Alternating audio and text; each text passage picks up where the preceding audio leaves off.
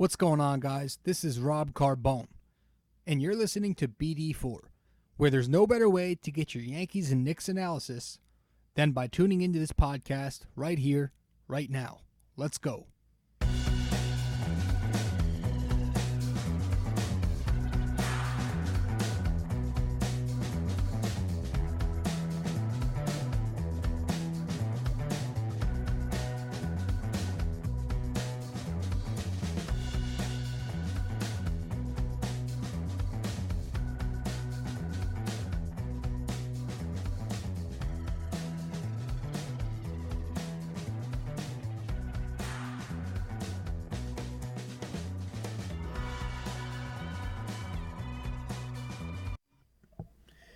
What's going on, guys? It's Rob Carbone coming at you with another episode of BD4. Tonight we're going to dive into episode 68, and we're going to report on the Knicks' 3-month progress report here, I guess you could call it. We're going to evaluate each player on the roster and, of course, talk about the team as a whole. But tonight's it's Saturday night. I actually just got done watching I just got finished watching the Lakers game, right? Their first game back since the tragedy of Kobe Bryant on Sunday. And it was emotional, man. It was first of all the tribute at the start of the game.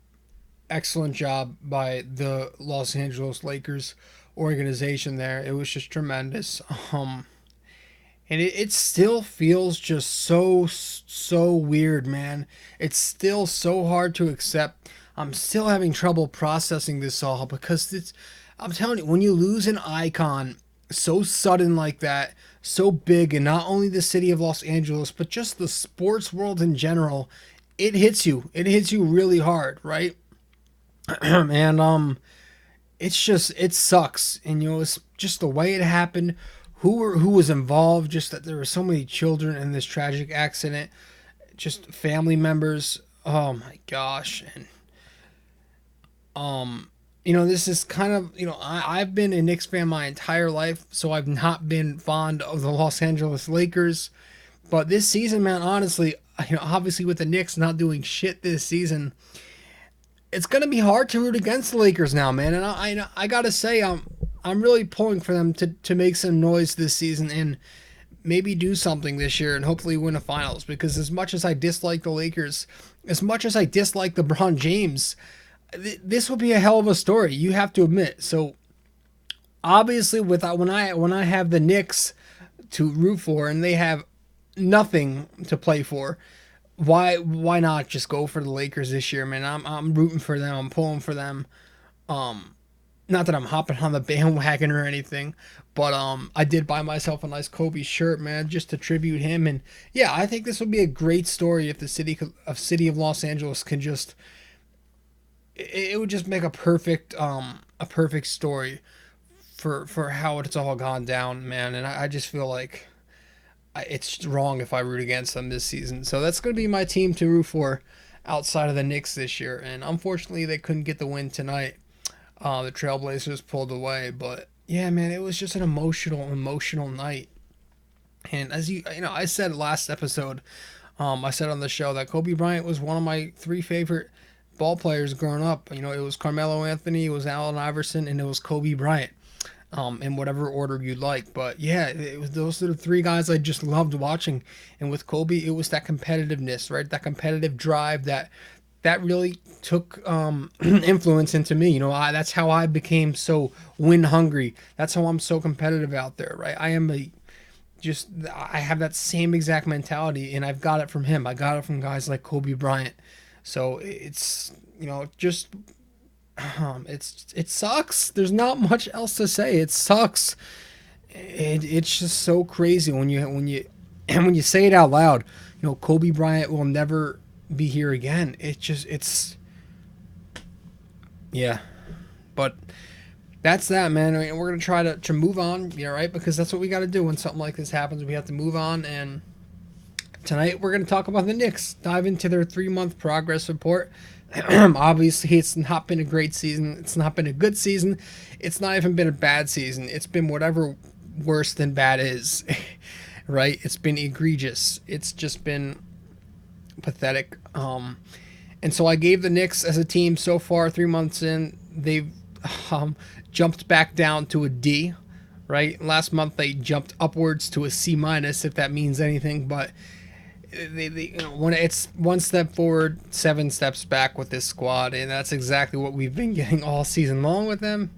Yeah, so it is what it is. I just hope they just start playing the kids, because that's the big thing, right? While they've been somewhat more competitive under Mike Miller, somewhat, they still aren't playing the kids, and that right there is coming from the front office. Most definitely coming from the front office. The veterans, the short-term players on those short deals are still getting minutes over the kids.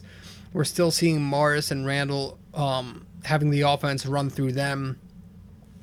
It's just so frustrating. And even when guys like RJ Barrett is healthy, he's not really being treated as the number one option, right? He's often playing off the ball, being hidden in the corner. It's not the way you're supposed to be rebuilding. When you're a rebuilding team, you're supposed to be giving the bulk of your minutes, the bulk of the ball time to your foundation, right? Your young franchise cornerstones. So that sucks. So I gave them a D, because not only have they been losing games consistently, but they've not been rebuilding the proper way, which is really just the simple things like playing your kids, and they still can't even do that. So a D. Now, as for the individual grades, we'll start with the point guard position. Elfrid Payton, I gave him a C+. Last month, I actually had him a B+, because there was a brief moment, whether you believe me or not, there was a brief moment where he was playing very well. He was the catalyst for this Knicks team, but that lasted about, again, anything good with the Knicks doesn't last. So he kind of came down to earth a little, and it's so hard watching him try to shoot a basketball. It's just a friggin' line drive to the rim. It almost goes downwards, the arc. He can't score. He doesn't generate offense. The only thing he does is he'll rack up the assists from time to time, but, I mean, the defense is so-so. I've not even been impressed with that. It's a C+.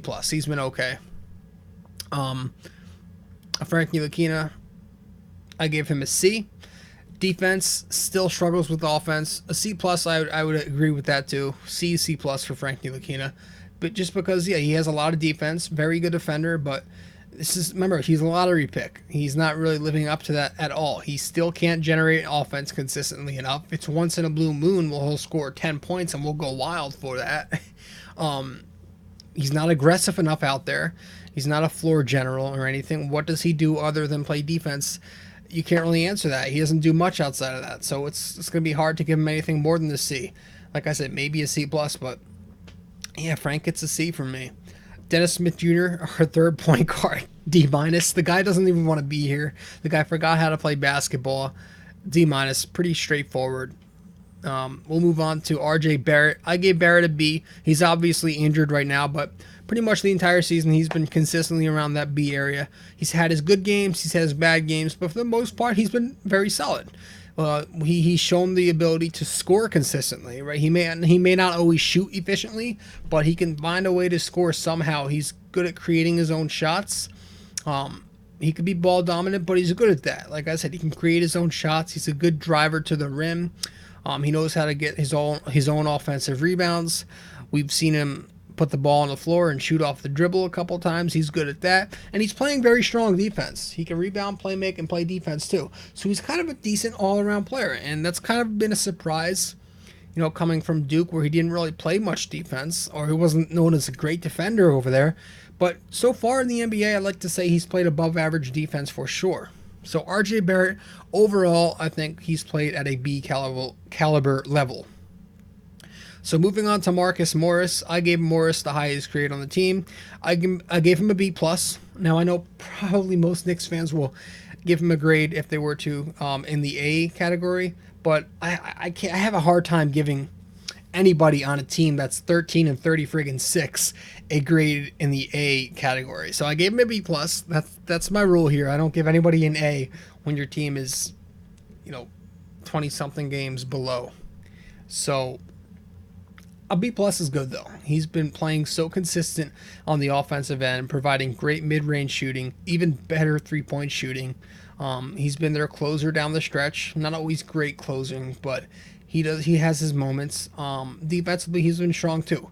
So Marcus Morris has been a good 3-and-D presence for this Knicks team, a good veteran presence, and hopefully he can get traded to a team that, is in contention, because this poor guy is out here doing this for nothing on the Knicks. It's hard to watch. So that's that with him. Julius Randle, the Knicks' power forward, the Knicks 4-man. He has I give him a C+. Right, he's been much better than he was to start the season, right, under David Fizdale, where he was just consistently awful. Now he's taken a step up, but not too much, to where he's better, but still inconsistent. He's not consistently awful, now he's just inconsistent.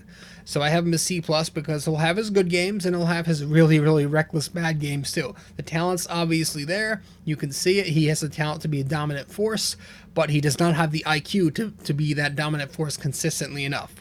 So it's the defense sometimes, it's the turnovers, the over-dribbling, the poor shot selection in the clutch, just things like that can drive you crazy with Julius Randle sometimes. So I gave him a C+. Taj Gibson, I gave him a C+, pretty straightforward. He's all right. Defensive presence, doesn't do much offensively. Occasionally, he'll stretch the floor with 13, 14-footer, but C+, time to get him out of the starting lineup. How long have I been saying that? Oh my God, he needs to get out of that lineup and get Mitchell Robinson in there. Because Mitch, I gave him a B-. He's had some inconsistencies. Obviously, with him, it's the foul issues, right? Trying to stay disciplined out there, stay on his feet, stay in front of the ball handler, and just be disciplined out there defensively. He struggles with that, but he has shown improvements at time. It's just not been consistent. But when he's on that floor, he's clearly the Knicks' best player, right? He's terrific on the offensive glass. He's an excellent elite shot blocker. He's very athletic, where he can just throw down a lob over two guys and make it look easy. He can reach, get up there with that wingspan, easily throw down a dunk from areas you don't think you can even throw down a dunk from. So Mitchell Robinson, I gave him a B- just because of his presence out there on the floor. It's the fouls that are going to hold him back. So if he can't ever fix that, I don't know how it's going to happen, but we do have to remember this is a kid who skipped college. He came right out of high school, took the year off, then entered the league. So it's kind of expected that he'd be a little bit reckless, a little bit of a project, but a B- is not bad for a second-year player. Speaking of second-year players, Kevin Knox doesn't have a B-. I gave this guy a D+. Because honestly, man, what does this guy do that's been great for this Knicks team, right? You can at least say something good for each player on this team. When it comes to Kevin Knox, I really can't. I have a hard time finding something good to say about Kevin Knox. He doesn't play defense. His rebounding is underwhelming. His playmaking, I guess it's improved a little bit, but not to anything where you could say anything positive about it. He can put the ball on the floor and attack the rim here and there. He'll show flashes, but again, not consistent. The only part of his game where you can see some potential has been his shooting, but again, even his jump shooting has been off and on this season. So I don't know what to say about Kevin Knox. It's a D+. He's been very, very bad this season, and he's been very bad since he's entered the league. Now, am I calling him a bust? No, I'm not going to call a teenager a friggin' bust, practically a teenager, but so far, yeah, he's headed towards that territory. He's been a bad player. Simple as that. He hasn't been good. A D+ for Kevin Knox. Who did I miss? Damian Dotson. I originally had him at a C+, but I think he deserves a B- because he's been playing much better of late. He's caught a couple of hot streaks. With him, it's you give the guy consistent minutes, right? When he knows he's going to play 20-plus minutes a night, he'll start doing good. And that's been the problem earlier in the year. For the majority of the year, really, he wasn't really getting minutes consistently. Sometimes he wouldn't play, sometimes he would, but it'd only be 11, 12 minutes, and sometimes he'll play a rare 25-plus minutes per night. But lately, he's been getting those 25-minute games, and he's been performing exceptionally in them. Hot shooting, competitive defense. So Damian Dotson gets a B minus for me. Bobby Portis, I gave him a C minus. He's a good occasional, he'll catch hot and be a good scorer for you. Shoots the three well, has that little jump hook that he'll go to every time in the post. But the defense, especially the off-ball help defense, is just atrocious, and he could just become an offensive, a stagnant player offensively at times, kind of with a ball-dominant tunnel vision type of player that he is. But yeah, a C minus. We talked about Dennis Smith, Wayne Ellington, a D. He doesn't really play much anymore. When he does, he kind of sucks. So a D. Who else? And I think we touched everybody. I mean, there's Alonzo Trier and Ignas Brazdegas. I didn't give them any grade just because they haven't been a part of this team. It sucks that Alonzo Trier has been so iced from this team. And this is this was the guy who put up 10 points on efficient shooting, from all on the floor in his rookie season. And now he's being iced from the rotation this season. And that's kind of part of the reason why I think this whole veteran over the young kids thing is coming from the front office. Because if you remember, earlier in the year, Alonzo Trier still wasn't getting playing time under David Fizdale, and that's still happening under Mike Miller. So it's the same pattern, which has me thinking this is probably a front office thing doing all this, right? They want to play their summer acquisitions so they don't look bad. That's why Randall is still getting 35 minutes for you, Morris, and that's why Gibson's still starting, and that's why Reggie Bullock. I didn't even include Reggie Bullock. I just forgot about that. But I'd give Reggie Bullock right now a C plus, B minus. But yeah, like I said, it's those things like that. I think that's coming from the front office, and that's the thing that's holding this team back, guys. That's why the Knicks aren't rebuilding. That's why they're just there. It's so troubling, right? If they were losing like they are right now, but it was at least with the kids, it was at least with their foundation, their core, I would accept it because at least they're doing something right. At least I know they were doing something competent where they're at least trying to develop their kids and have them improve, because they can't improve sitting on the bench. Whether or not you think this core is questionable, great, or pathetic, they're not going to get better sitting on the bench. So we won't know for sure unless they start playing consistently. So they're not doing that. So you want to see this eventually happen. Maybe it's just a showcasing thing. And I've talked about this showcasing thing before. I gave my opinion on it, how I think it's overrated, especially with veterans, how I think the league and all the GMs around the league know who Bobby Portis is already. They know who Gibson is. They know who Ellington is. A couple of games before the deadline isn't going to change their opinion on it. So personally, I would just play the kids right now. I wouldn't wait till after the deadline. But hey, I will say this. If we're going to keep playing these veterans, and it better be a showcasing thing. Because if the Knicks don't trade anybody, or if they don't sell heavy at this deadline, and they're still playing their, oh my God, if they don't sell heavy at the deadline, I'm gonna go off the rails. I am gonna go insane, because why the hell have we been doing this, right? That's the only justifiable thing, and it's not even that justifiable, but that's the only thing keeping me sane right now, is that maybe they're doing it just to showcase for the deadline. But if they don't make any moves, or if they make one or two moves and really don't do much, I'm gonna flip a shit, and I'm not gonna be a happy person. So they better damn well hope, James Dolan, Steve Mills, Scott Perry better damn well hope that they sell heavy this deadline and then go with the youth from there. Because, would I be pissed off. But that's that tonight, guys. I'm going to end this one tonight. I got to go to bed. Yeah, tonight was an emotional night. We saw the Lakers and Blazers. Like I said, they had the Kobe Bryant tribute before the game. It was a nice job by the organization.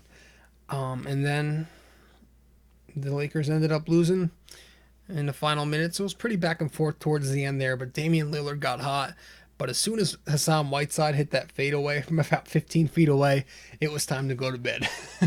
Because when he's hitting jumpers on you, you've got some issues. But yeah, it was tough to see them lose after such a great night. You wanted to see them pick it up for Kobe, obviously, but like I said, like Damian Lillard said post game, they played hard, and that's what he would have wanted them to do. They all played hard tonight because of him, and it just felt not good, but it felt like it was a good step it was a good next step, right? After last Sunday, it was a good next step, and we just got to keep moving forward, man. So R.I.P. Mamba, Kobe, man, Gianna, Altabellis, Mausers, all those victims lost to their families. Just pray for them, and yeah, it's tough, man, because a tragedy like this, man, I don't even know. It's just uh it's horrible. It's devastating. Devastating. But that's that, guys. We're gonna wrap this one up like I said. So I appreciate you guys stopping by. Rob Carbone, BD4, No Better Way, episode 68, and that's a wrap. I'll see you guys next time. Ciao.